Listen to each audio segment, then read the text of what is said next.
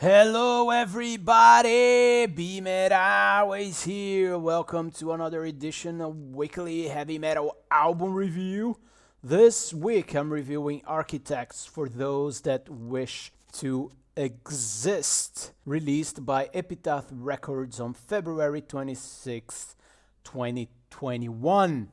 Architects are a British metalcore band for Brighton, formed in 2004 by twin brothers Dan and Tom Seal.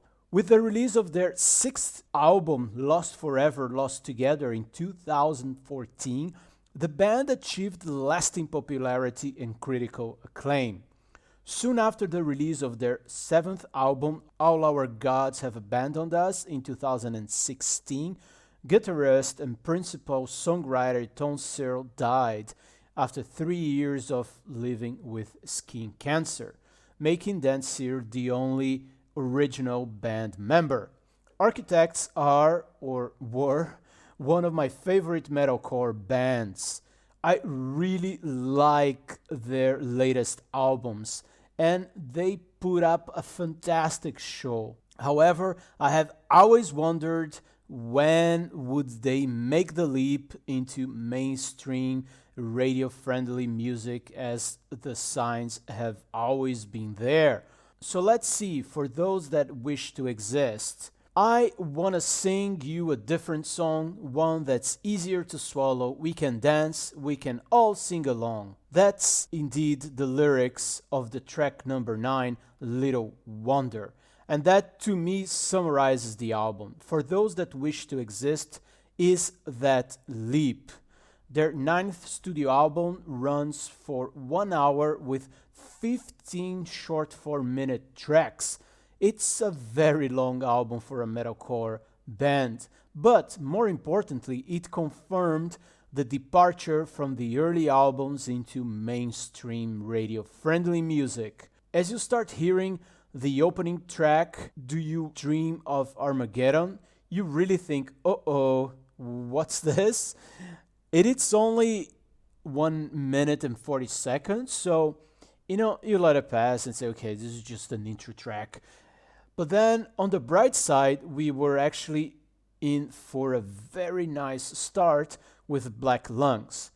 It features a heavy riff, aggressive singing, and some very good screams. But then the bridge has this whispering singing. It's very similar to the opening intro track, and the chorus is very bright and clean. But okay, it's still a fun song overall. And then we get Giving Blood.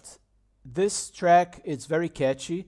There is some electronic flavors, a little bit more of the whispering, but it's also a fun track overall. Track number 4 has some old style screaming, but here also doesn't last long. It's a good song with some mid-tempo heavy parts. But I must say that after that is an avalanche of garbage. It's really difficult to listen to it, especially if you know what they have done in the past.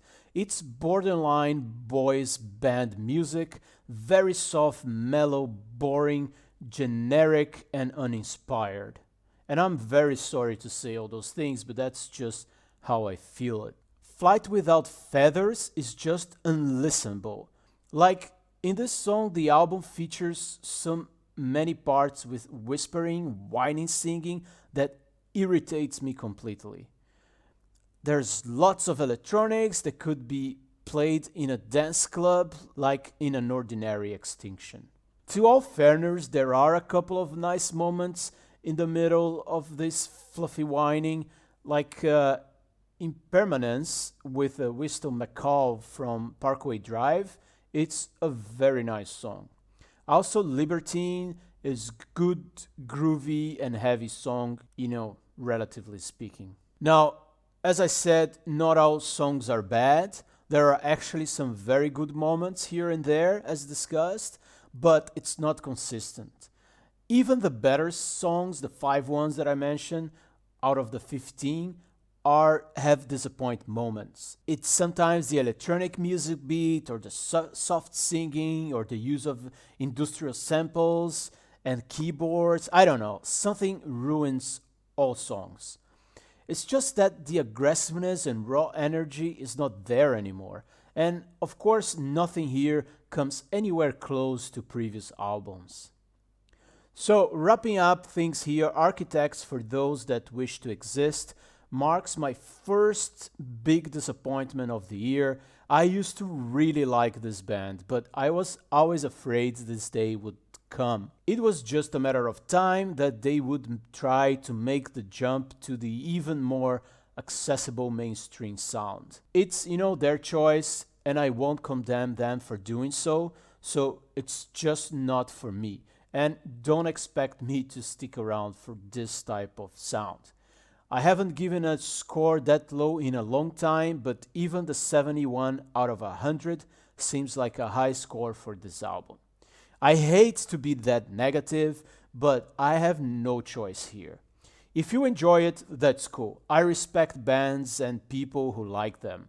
But I suspect that this album will split their fan base even more and also bring a new public. And that's probably what they're counting on. So that's fine. All right. So that's it for today. Thanks for listening. Please like, subscribe, and BeMetalways.